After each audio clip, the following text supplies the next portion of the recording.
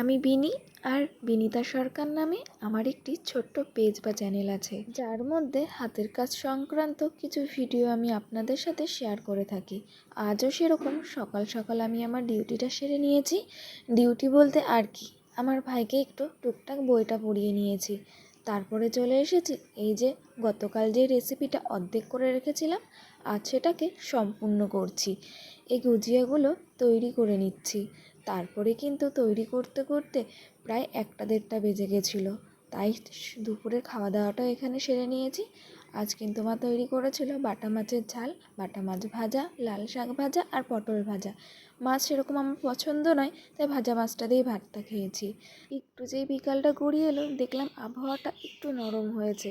আর আমার প্রাকৃতিক আবহাওয়ার সাথে মিলেমিশে থাকতে অনেক ভালো লাগে। তাই এখানে বসে বসে গুজিয়া তো তৈরি করেছি, একটা তো টেস্ট করাই যায়, তাই একটু টেস্ট করে নিচ্ছি। থেকে বড় কথা, আমি যেহেতু মিষ্টি পছন্দ করি না, তাই হালকা মিষ্টিতে তৈরি করেছিলাম বলে বেশ ভালো লাগছিল। দেখতে দেখতে ঝরঝরিয়ে বৃষ্টিও চলে আসলো। আজকের এই ভিডিওটা এখানেই শেষ করছি, টাটা।